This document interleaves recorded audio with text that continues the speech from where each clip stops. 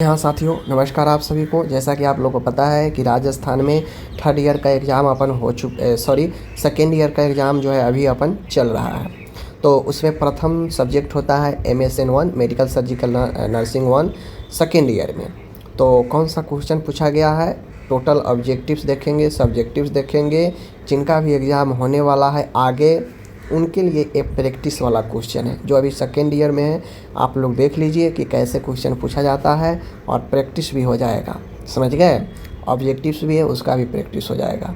तो आप लोग ज़रूर देखें, बहुत ही उपयोगी होता है।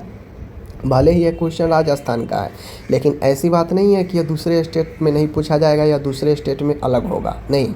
पूरे ऑल ओवर इंडिया का सिलेबस का जो रेगुलेट होता है वो INC करता है और सभी स्टेट में इक्वल सिलेबस होता है। तो क्वेश्चन भी इक्वल होगा, पूछने का तरीका अलग अलग हो सकता है, लेकिन सिलेबस क्वेश्चन तो सब ही रहेगा, ठीक है। देखिए, सबसे पहले देख लीजिए सेकेंड ईयर मेन एग्जामिनेशन है ये।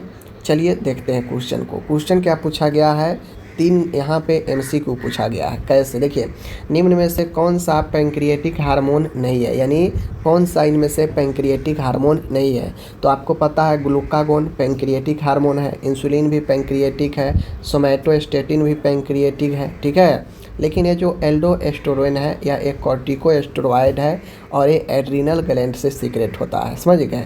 तो ये अपन यही राइट आंसर हो जाएगा B नंबर, जो कि पढ़ाई भी है।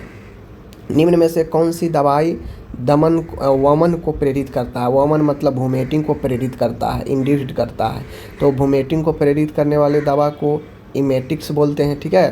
तो राइट आंसर कौन सा होगा, option number A emetics. Okay, आगे बढ़ते हैं। तीसरा क्वेश्चन है, निम्न में से कौन सा बहरेपन के लिए जांच परीक्षण है, यानी बहरेपन का जांच परीक्षण इनमें कौन है। Sniff test, Allen test, Rinne test और रेमबर्ग टेस्ट, ठीक है।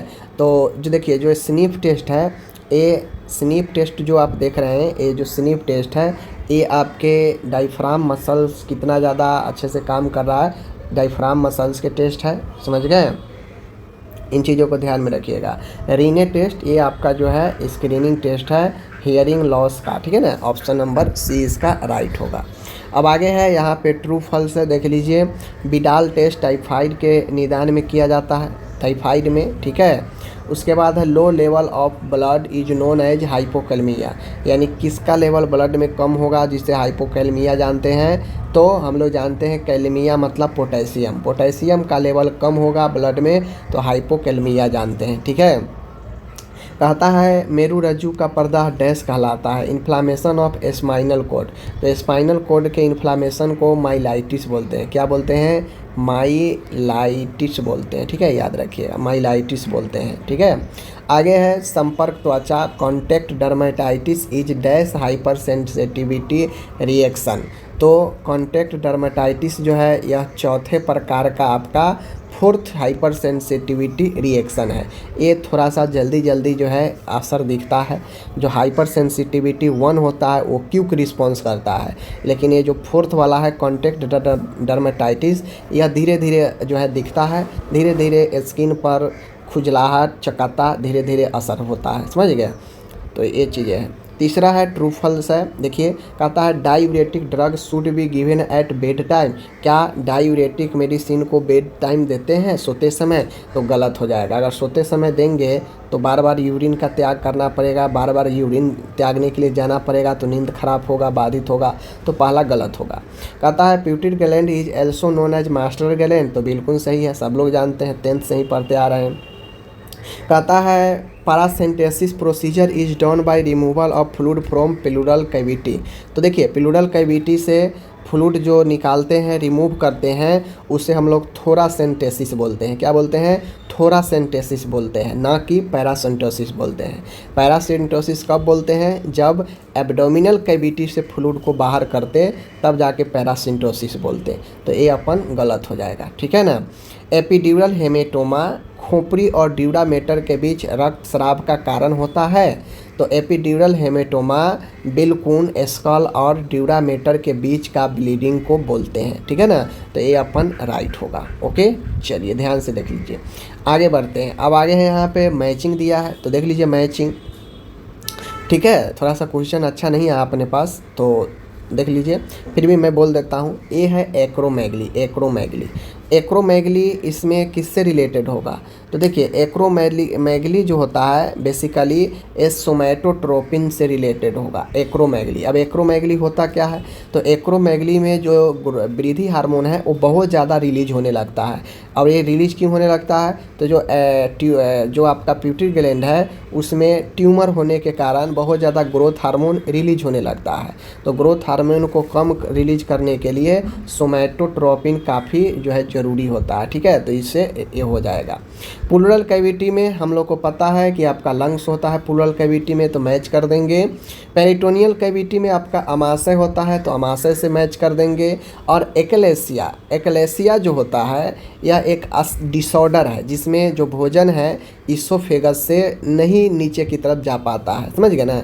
आहार नली से जो भोजन है अपन वो अमाशय की तरफ नीचे की तरफ मूवमेंट सही से नहीं हो पाता है, ठीक है। तो ये एक्लेसिया यह डिसऑर्डर होता है, निगलने में परेशानी होता है, निगलने में कठिनाई होता है, इसोफेगस का डिसऑर्डर है, समझ गए। तो ये अपन जो है एक कार्डियक स्पाज्म हो जाएगा। कार्डियक, अब कहेंगे कार्डियक स्पाज्म क्या है?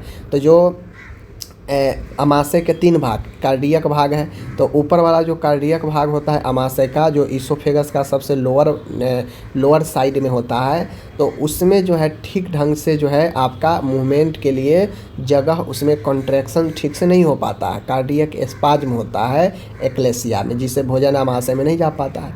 तो यही इससे मैच हो जाएगा। ओके, अब देखिए खंड बी में है, क्वेश्चन है, ठीक है, 1 से 6 तक दिया गया है, समझ गए।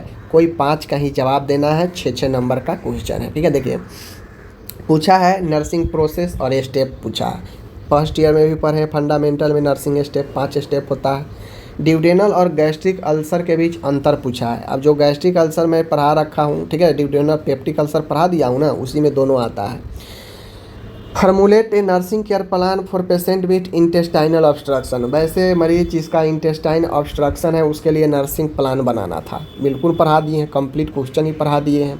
ग्लास्कोकोमा स्केल, ग्लास्कोकोमा स्केल के बारे में भी मैं पढ़ा रखा हूँ, ठीक है।